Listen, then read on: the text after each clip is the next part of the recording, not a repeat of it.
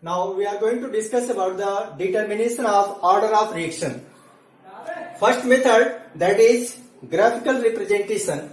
Graphical representation can be understood by using rate law. You know that rate of any chemical reaction is directly proportional to active mass. That is, rate is directly proportional to capital A, active mass of A. If a reaction proceeds in such a way that n mole of capital A change into product, then the rate will be written as rate directly proportional to active mass of n, active mass A power n, and rate equal to K, active mass of A power n, where K is the rate constant, K is the rate constant, and n is the order of reaction. So, if you can draw a graph between rate and concentration, suppose rate represented along y-axis and concentration represented along x-axis, then at different time interval these points are obtained, and these points can be continued to form a single straight line structure. This straight line, so the concentration of reactant directly change with respect to rate, or you can say rate is directly proportional to concentration. This is known as rate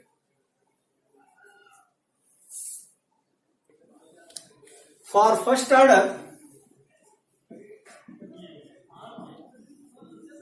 For first order, rate is equal to active mass of K power 1.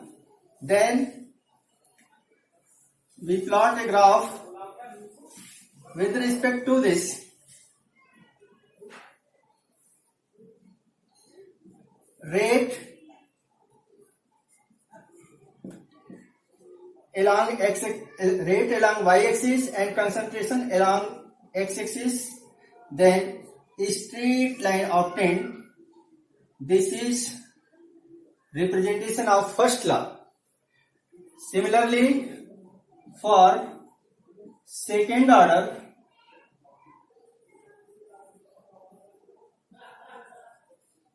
rate equal to rate constant into active mass of A power 2, where value of n equal to 2, then this is known as second order. In this condition, you can draw a graph between active mass of A power 2 and rate, then also find a straight line.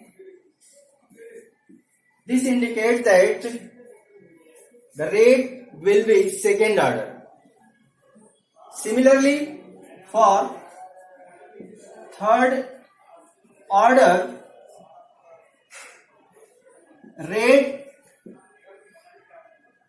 equal to rate constant into active mass of A power 3. Then you can draw a graph between A power 3 and rate. Also find a straight line. It indicates that if this straight line follow the equation of rate, then this is known as third order rate of reaction. Third order reactions. Limitations of graphical method of determination of order of reaction. अगर हम graphical method से determine करते हैं तो उसमें limitation क्या कमियां हैं? It applicable when only one reactant participate in reaction. अगर एक ही रिएक्शन का रिएक्टेंट पार्टिसिपेट करता है तो उस केस में तो ग्राफिकल मेथड यूज कर सकते हैं, अदरवाइज ग्राफिकल मेथड यूज नहीं कर सकते. दूसरी चीज यहां पे क्वेश्चन सॉल्व कर लीजिए. A reaction 2A changes to product. इसका मतलब ये डाइमराइजेशन हो रहा है. Dimerization of reactant A takes place at the rate 9.1 into 10⁻⁻6 mole per liter per second when initial concentration is 0.01 mole per liter. As you know, rate law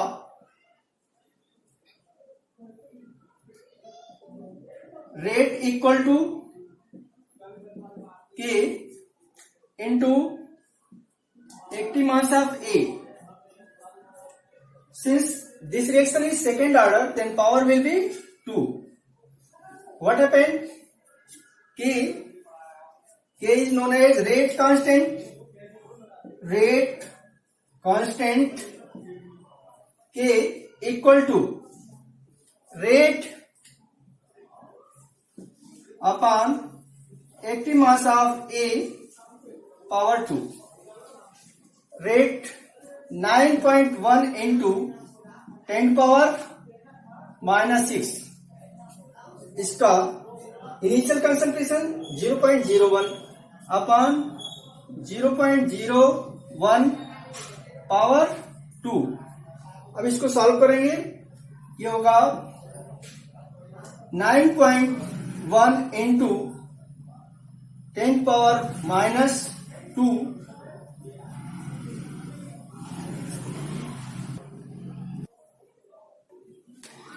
Ostwald isolation method. Term isolation को समझिए. Isolation का मतलब होता है किसी group से एक को निकालना. इसी को कहते हैं आइसोलेशन. अगर हमारे पास बहुत सारे मिक्सचर हैं तो सपोज हमारे पास ए है, बी है और इसके साथ सी है, तो इसमें से सिर्फ एक पार्टिकुलर कंपोनेंट को लिया जाए तो इसको बोलेंगे isolation.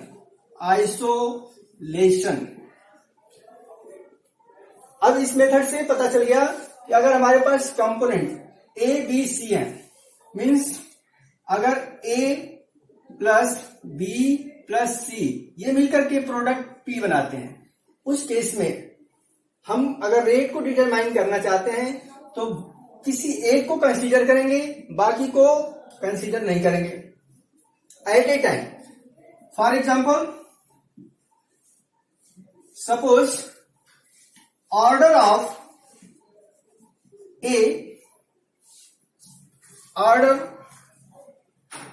with respect to A के रिस्पेक्ट में ऑर्डर अगर निकालना चाहते हैं तो उस केस में when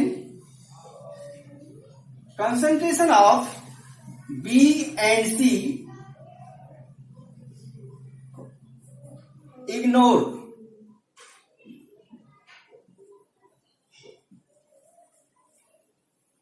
then order will be N1. Similarly, order with respect to B, when concentration of A and C ignored is N2,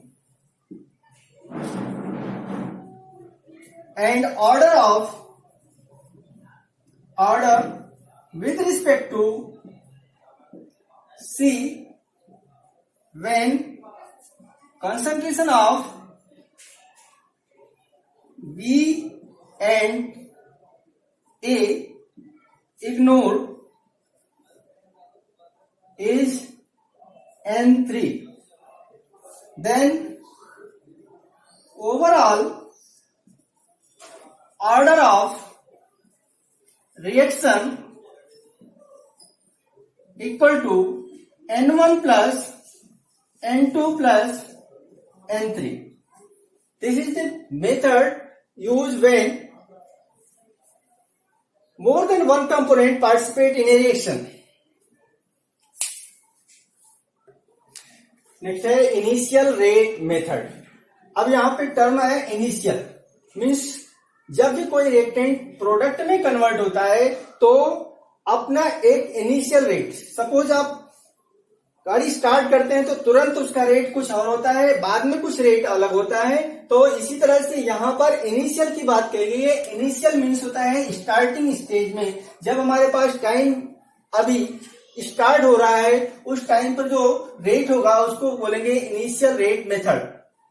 इसमें सपोज अगर हमारे पास ए है, चेंज होगा प्रोडक्ट में, reactant A change into product, then what happen, rate equal to के active mass of A power N.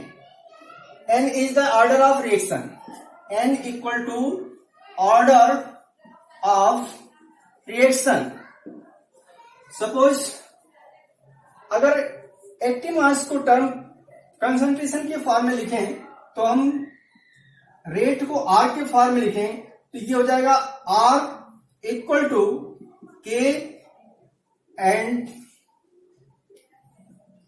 Concentration C power N.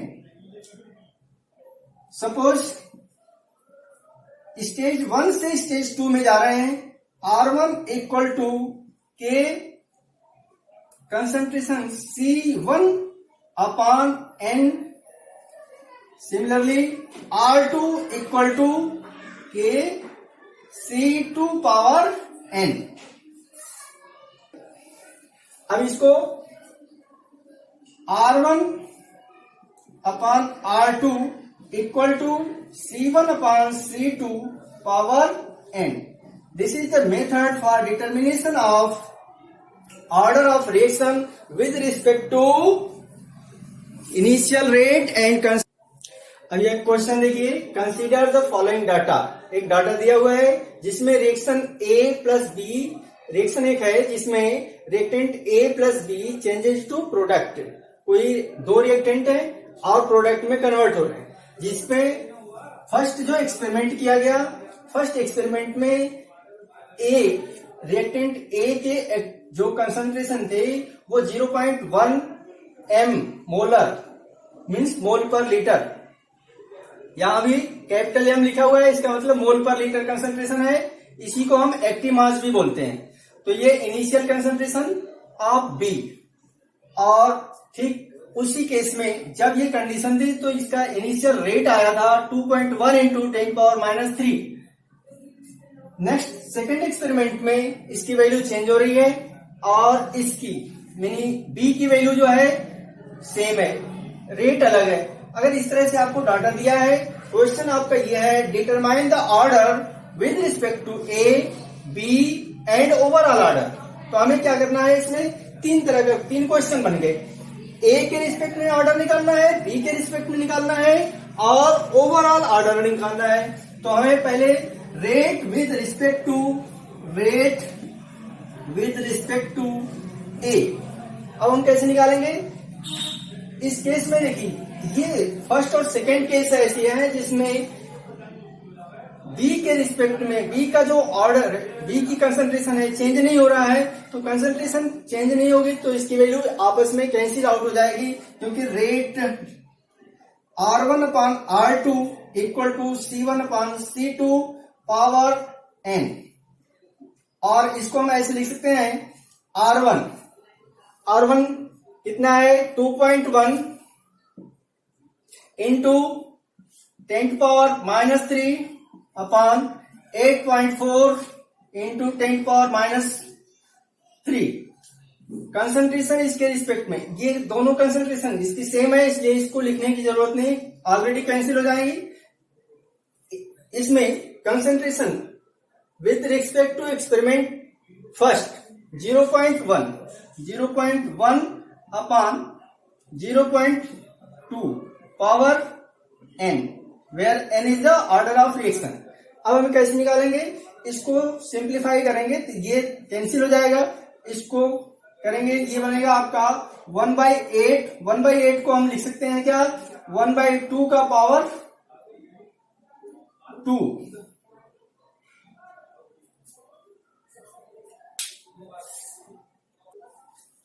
और इसको लिख सकते हैं 1/2 पावर n। अब इन दोनों को इक्वेट कर लेंगे, n equal to 2, order with respect to a equal to 2। दूसरी केस देखते हैं, order with respect to b, b के रिस्पेक्ट में ऑर्डर देखेंगे। b के केस में a की कंसंट्रेशन सेम आ रही है, तो अब यहां पे इसको लिखने की आवश्यकता नहीं है। अब हमें लिखना है rate R2 upon R3 equal to C2 upon C3 power n। अब यहां पे इन R1 R2 दोनों की वैल्यू सेम है, R2 R3 ये दोनों सेम है, ऐसे लिख सकते हैं 8.4 into 10⁻³ upon 8.4 into 10⁻³ equal to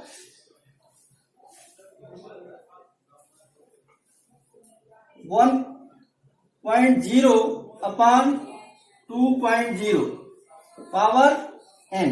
अब ये वैल्यू कट के हो जाएगी 1 equal to 1.0 upon 2.0 power n।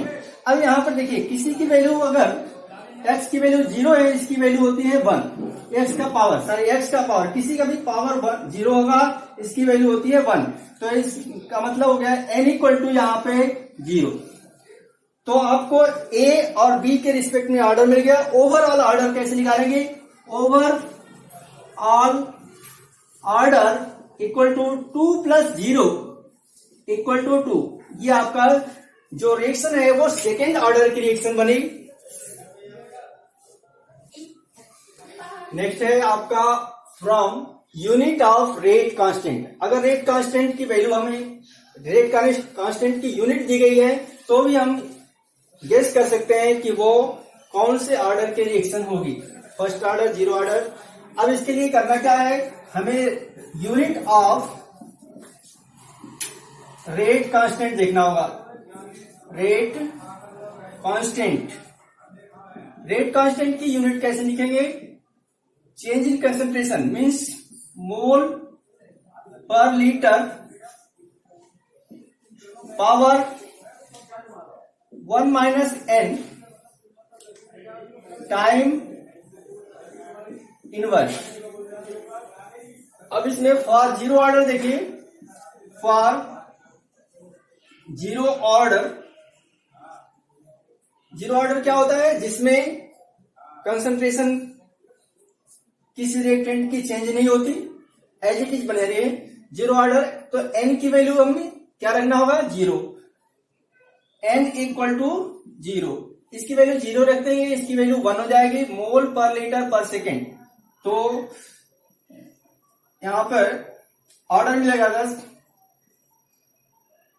Unit is mole per litre per second for first order n equal to 1। n आपका ऑर्डर है, इसकी वैल्यू 1 रखेंगे, 1 - 1 0 हो जाएगा, ये पूरी वैल्यू 0 हो जाएगी, 0 का ये पूरा 1 हो जाएगा, किसी का पावर 0 का मतलब 1 हो जाएगा, और ये टाइम केवल रह जाएगा। तो इस केस में यूनिट बनेगी 10। Unit is second inverse. For second order, अब यहां पे 2 रखेंगे तो इसकी वैल्यू माइनस में हो जाएगी। अब यहां पर देखिए मोल पर लीटर 1 - 2 सेकेंड इनवर्स, यहां पे साइन होगा नेगेटिव, तो ये बनेगा litre mole inverse second inverse, litre mole inverse second inverse. इस तरह से आप यूनिट के बेस पर डिटरमाइन कर सकते हैं कि 0 ऑर्डर होगा, फर्स्ट ऑर्डर होगा। एन की वैल्यू सिर्फ निकालना है। N is the order of reaction, सिर्फ आपको एन की वैल्यू निकालना है। एन की वैल्यू निकालते ही पता चल जाएगा कि ये जो रिएक्शन दी गई है वो किस ऑर्डर की बन सकती है। From integrated rate equation method, अब इसमें देखिए integrated means each order have its own integrated equation. If rate constant is same, then that follow particular order of reaction. Suppose हमारे पास कोई फर्स्ट ऑर्डर की रिएक्शन है, तो फर्स्ट ऑर्डर का अपना एक इक्वेशन होगा और उस इक्वेशन को अभी हम आगे बढ़ेंगे। सिर्फ अभी इतना जान लीजिए कि अगर इस इक्वेशन में जो इक्वेशन में वैल्यू दी गई है, इसको वैल्यू को रखते हैं, वैल्यू पुट कर दें और जो कंडीशन मिलकर के आए, रेट कांस्टेंट की वैल्यू हमेशा कांस्टेंट मिले, 2 एक्सपेरिमेंट 3 एक्सपेरिमेंट 4 एक्सपेरिमेंट में रेट कांस्टेंट की वैल्यू हमेशा कांस्टेंट मिल रही है, तो वो फर्स्ट ऑर्डर को फॉलो करेगा। अगर इस इक्वेशन को फॉलो कर जाए तो उसको बोलेंगे सेकेंड ऑर्डर की इक्वेशन है। अगर यहां पर इस इक्वेशन को फॉलो कर जाए तो इसको बोलेंगे थर्ड ऑर्डर की इक्वेशन। अब यहाँ पे जो टर्म्स यूज किए गए हैं वो के क्या है? के है आपका rate constant, A initial concentration of reactant, x is the concentration of product form, कितना प्रोडक्ट बना है, और टी आपका टाइम की वैल्यू और कंसंट्रेशन की वैल्यू अगर रख करके के की वैल्यू कैलकुलेट कर लिया जाए तो हमेशा हर एक कंडीशन में एक्सपेरिमेंट की वैल्यू सेम आए तो इसको बोलेंगे हम इंटीग्रेटेड रेट इक्वेशन। इस तरह से ऑर्डर ऑफ रिएक्शन को डिटरमाइन कर सकते हैं, ऑर्डर ऑफ रिएक्शन को कैलकुलेट कर सकते हैं।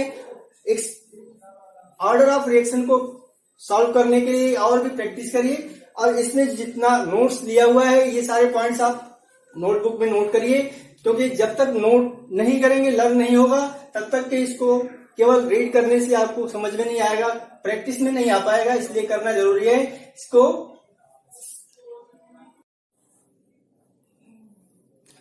Half life period, time required to complete half of the reactant into product is known as half life period.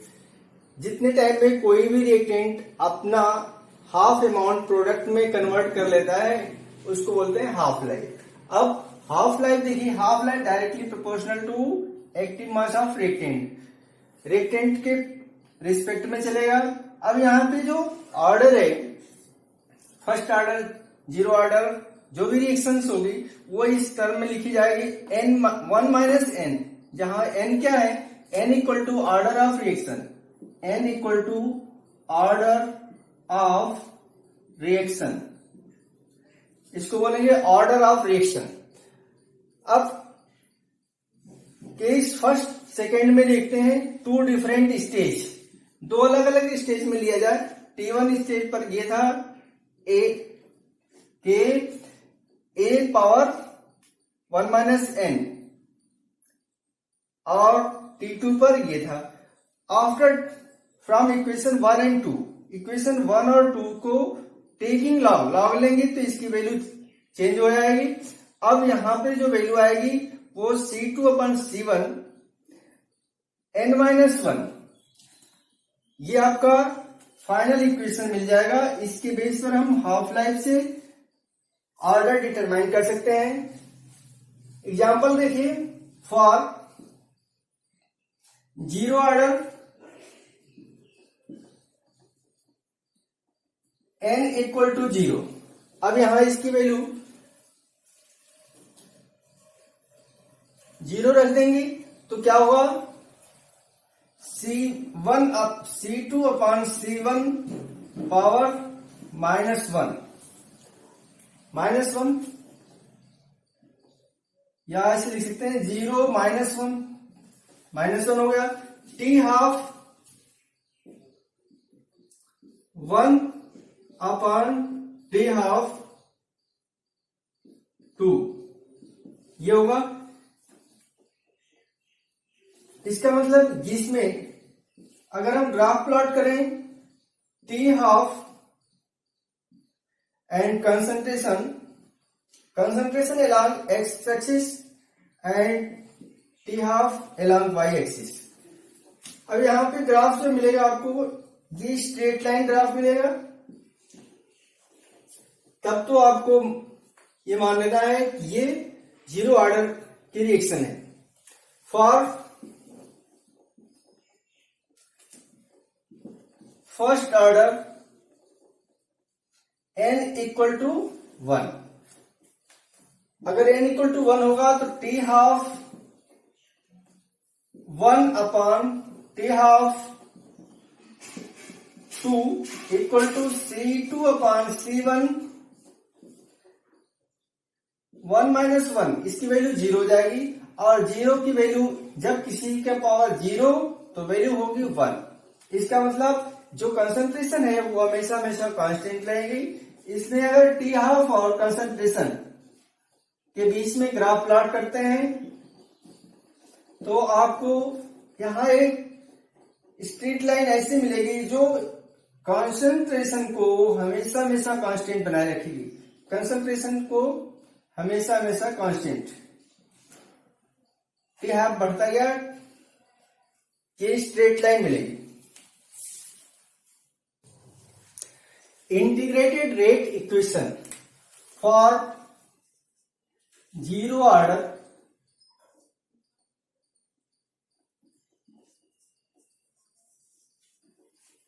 अगर जीरो ऑर्डर की रिएक्शन होती है उस केस में अगर हमारा रिएक्टेंट ए प्रोडक्ट में चेंज होता है, प्रोडक्ट फिर क्या होगा, रेट लॉ के according rate equal to, rate को क्या लिख सकते हैं, minus change in concentration of A upon change in time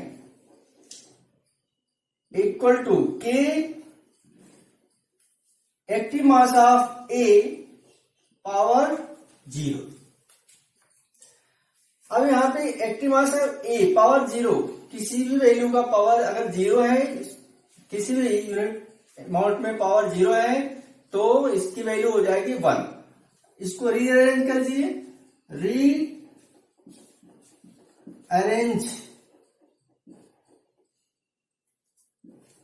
क्या मिल जाएगा आपको, minus D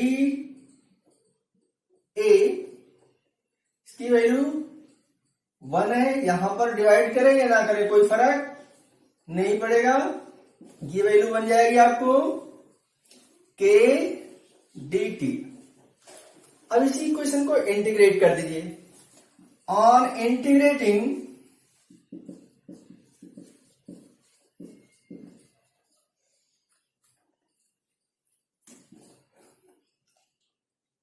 minus D active mass of A equal to के डी टी, क्या मिल जाएगा आपको, ये मिलेगा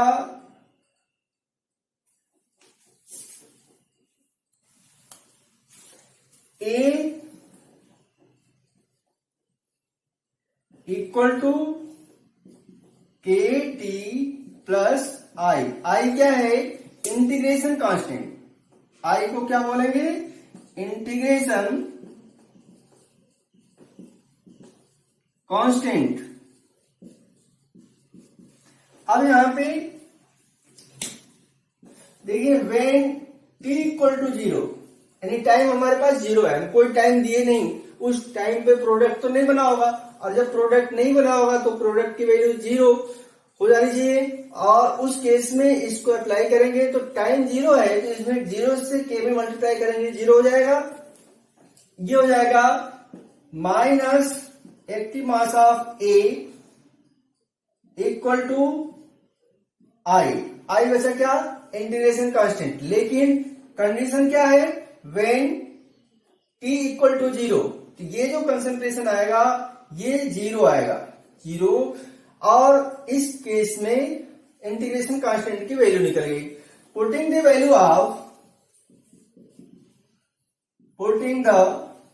वैल्यू ऑफ इंटीग्रेशन कांस्टेंट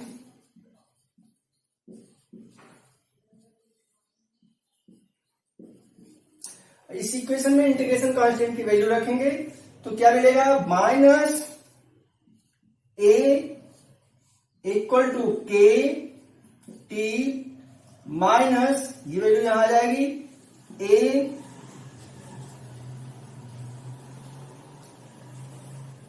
इस वैल्यू को इस साइड में लाइए, माइनस से इधर हो गया plus A not minus A equal to के टी। अब के की वैल्यू निकालना है तो के से निकाल लेंगे ए नॉट माइनस ए क्या है ये concentration at any time, T time, A not initial concentration. अब हमारे पास इसी को हाफ लाइफ के फॉर्म में रखा जाए तो जब हमारे पास ए नॉट जो है ए means concentration of reactant at time when half of the reactant change into product। आइए समझ लीजिए A changes to product T equal to 0 रहा होगा, जब हमने टाइम दिया ही नहीं तो उस समय तो कोई रिएक्शन नहीं होगी, तो यहां पर कंसंट्रेशन क्या बनी रहेगी A नॉट, उस टाइम प्रोडक्ट की कंसंट्रेशन 0। आफ्टर टाइम टी कुछ टाइम बीत गया, यानी हमने टाइम कितना एक्सपेंड किया टी हाफ के बराबर टाइम एक्सपेंड किया, तो इसका जो अमाउंट बना वो बना 1/2 ए नॉट, ये इतना रह गया और यहां पर 1/2 ए नॉट बन गया, यानी ए नॉट जो था इसका 50% यहां रह गया 50% यहां रह गया। अगर इस फॉर्म को रखा जाए इस फॉर्म में तो यहां कितनी बची अमाउंट कितनी बची हुई है,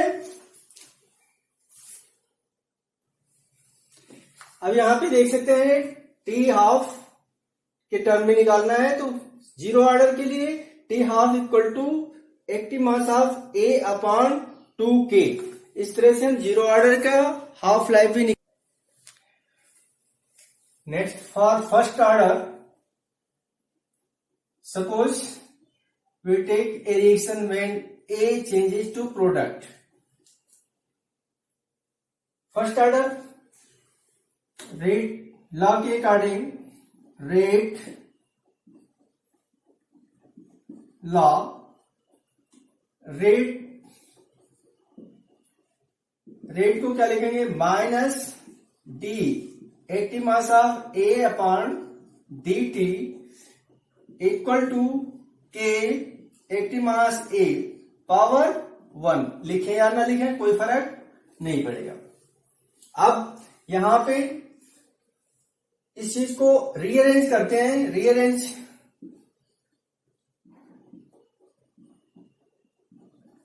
रीअरेंज करने पर ये इस साइड में आ जाएगा, क्या बन गया minus D active mass of A upon D t d A equal to के डी टी। अब इस इक्वेशन को इंटीग्रेट कर दीजिए, integrating this equation you find out minus ln a equal to के T plus I when t equal to 0। फिर वही initial condition को हम बोलते हैं टी इक्वल टू 0, यानी हम इसको क्या बोल रहे हैं, इनिशियल कंडीशन। जब हमारे पास टाइम एक्सपेंड ही नहीं हुआ तो प्रोडक्ट बना नहीं, और जब प्रोडक्ट ही नहीं बना तो उस केस में यहां पे t की वैल्यू 0 हो जाएगी। ये हो जाएगा minus ln a equal to, ये पूरी वैल्यू 0 हो जाएगी, i को क्या बोलेंगे, इंटीग्रेशन कांस्टेंट। ये आपका integration constant.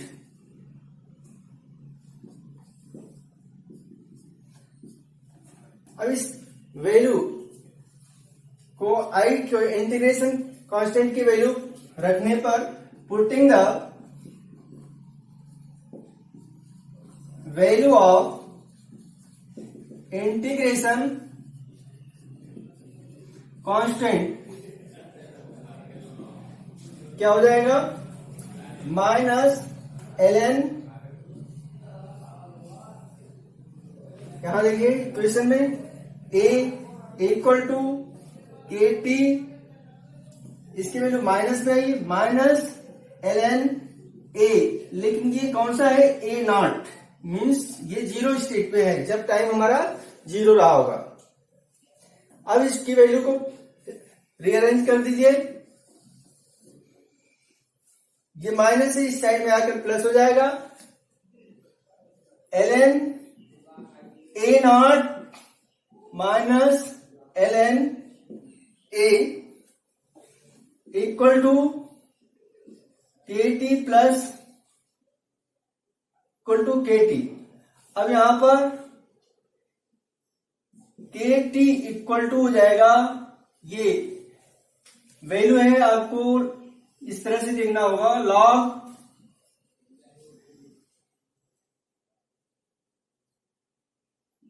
m minus log n equal to, इसको लिख सकते हैं लॉग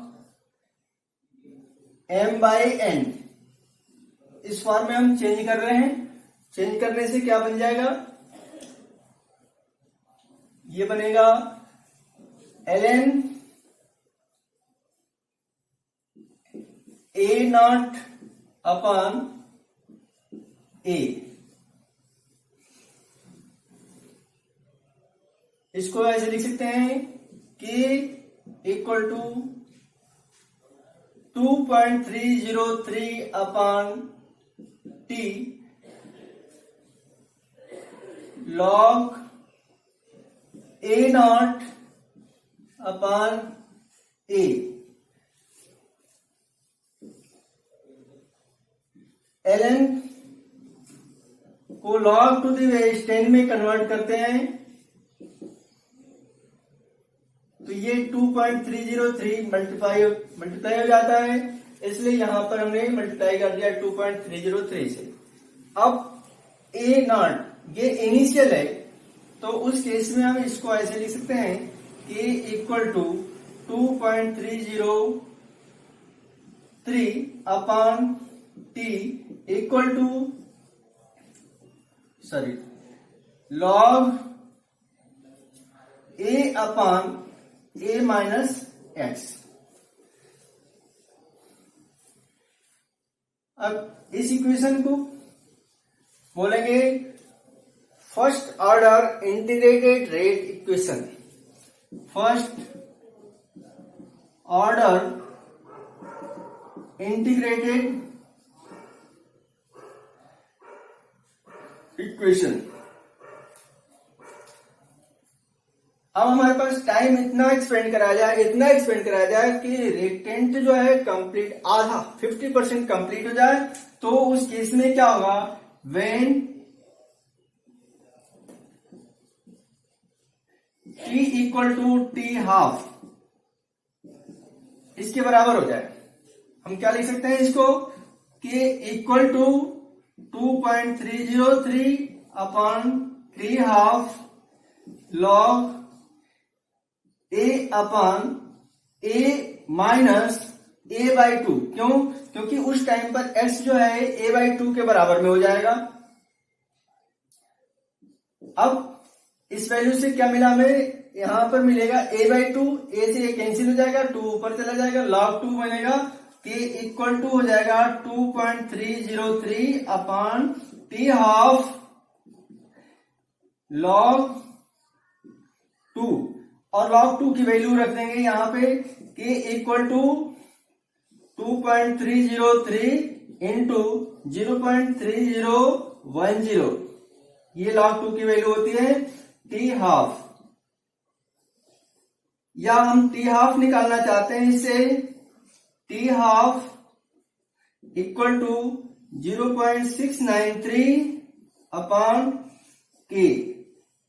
इस तरह से आपको रेट कांस्टेंट से टी हाफ या टी हाफ से रेट कांस्टेंट निकाल सकते हैं। Pseudo chemical reaction.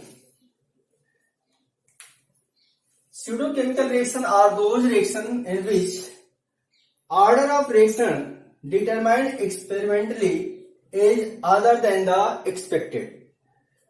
Suppose हम लेते हैं केन शुगर C12H22O11, इसको बोलेंगे सुक्रोज। अब इसमें वाटर के साथ इसका इन्वर्जन कराते हैं एसिडिक मीडियम में, जिसका प्रोडक्ट बनेगा C6H12O6 प्लस C6H12O6। एक को बोलेंगे ग्लूकोज, एक को बोलेंगे फ्रक्टोज। अब ग्लूकोज और फ्रक्टोज जो बनना है, इसमें इस रेट में, रेट अगर देखा जाए, rate is directly proportional to, इसमें दो स्पीसीज पार्टिसिपेट कर रहे हैं। एक तो एक्टिव मास ऑफ C6C12H22O11 एक मॉलिक्यूल है आपका सुक्रोज का, दूसरा मॉलिक्यूल है वाटर का। अगर ऑर्डर देखें तो 1+1 सेकेंड ऑर्डर की होनी चाहिए, but H2O taken as excess means there is no effect on concentration of H2O. Therefore, order depend upon sucrose molecule only. This is first order. अब इसके अकॉर्डिंग आपको ऑर्डर मिलता 1+1 = 2, लेकिन रेट अगर हम सिर्फ इस पे डिपेंड कर रहा है C12H22O11 पे, तो ऑर्डर क्या होगा? 1 होगा, क्योंकि इसका पावर 1 है तो ऑर्डर भी 1 होगा। अब ये ऑर्डर 1 है, ये एग्जैक्ट यही ऑर्डर पाई जाती है, ये थियरी के बेस पर कैलकुलेट कर रहे हैं, ये डिफरेंट है। इसलिए जो जब यहां पर एक्सपेक्टेड और कैलकुलेटेड में डिफरेंस आ जाता है, जो एक्सपेरिमेंट डिटरमाइन करता है उससे डिफरेंस आता है, तो उसको बोलेंगे स्यूडो केमिकल रिएक्शन। अब इस रिएक्शन का नाम होगा स्यूडो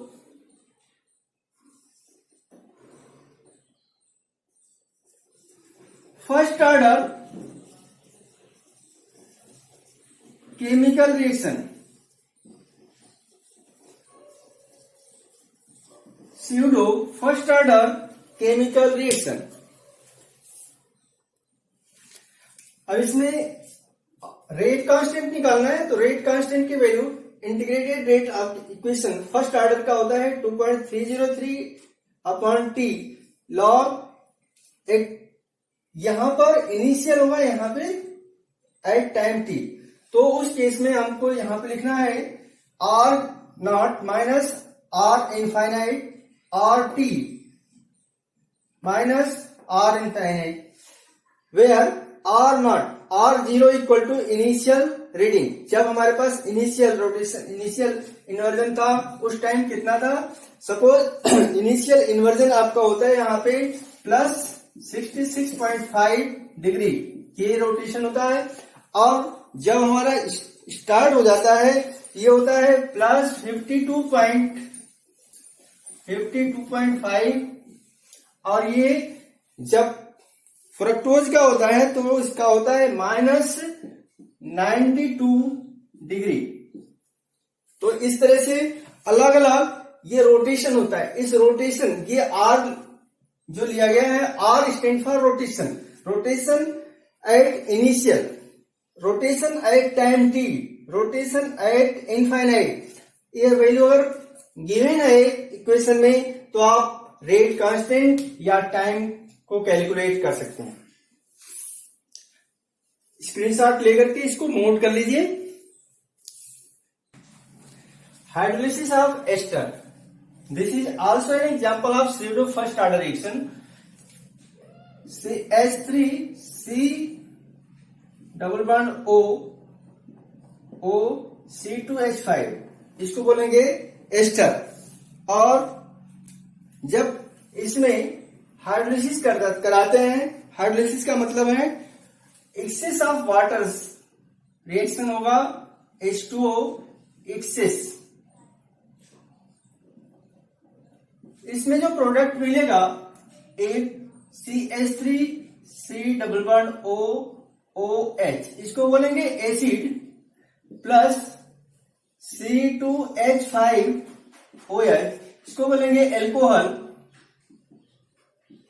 अब देखिए यहाँ पे एल्कोहल और एसिड दो प्रोडक्ट मिला है। एसिड को हम बेस से न्यूट्रलाइज करते जाएं तो टाइट्रेशन करने से पता चल जाएगा कि कितना इसमें एसिड बन पा रही है।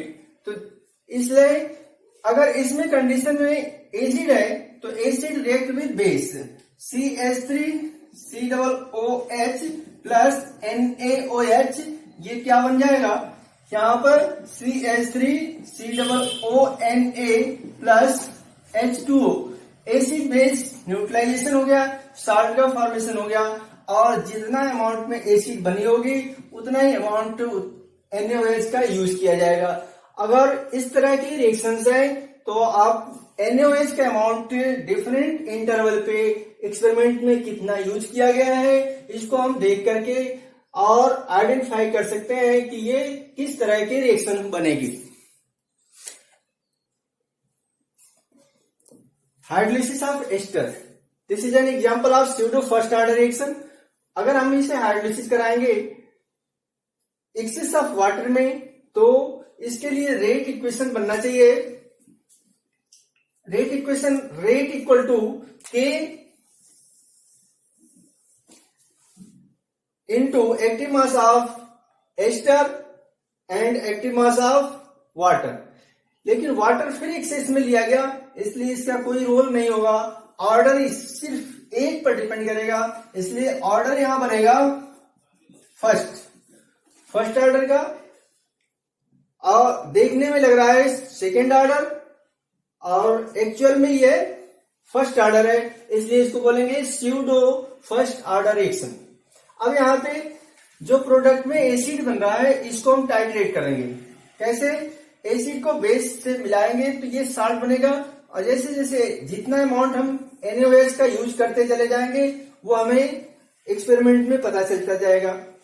जितना NaOH यूज करेंगे उतना ही एसिटिक एसिड बना रहा होगा, और इसलिए अगर हम फर्स्ट ऑर्डर इक्वेशन को फॉलो करें K equal to 2.303 upon T log V not V infinite minus V not V infinite minus VT, यहाँ पर टर्म है V not equal to initial volume of NaOH। जब हमारे पास रिएक्शन स्टार्ट नहीं हुई है उस टाइम में हमें NaOH के कितना अमाउंट यूज कर रहे हैं, और रिएक्शन स्टार्ट हो गई उसके बाद कुछ आपका एसिड बना होगा, जो एसिड बना है उसके लिए NaOH कितना लिया गया, वो हमारा टाइम, वो वॉल्यूम जो है वो कहलाएगा VT, वॉल्यूम ऑफ NaOH।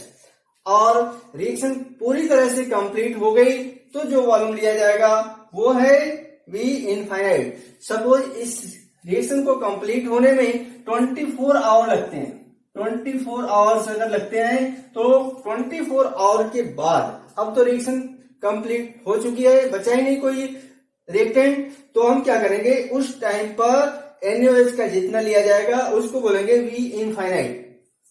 ये अगर V इनफाइनाइट से इसको रख करके वैल्यू कैलकुलेट करें तो K या हम T की वैल्यू निकाल सकते हैं।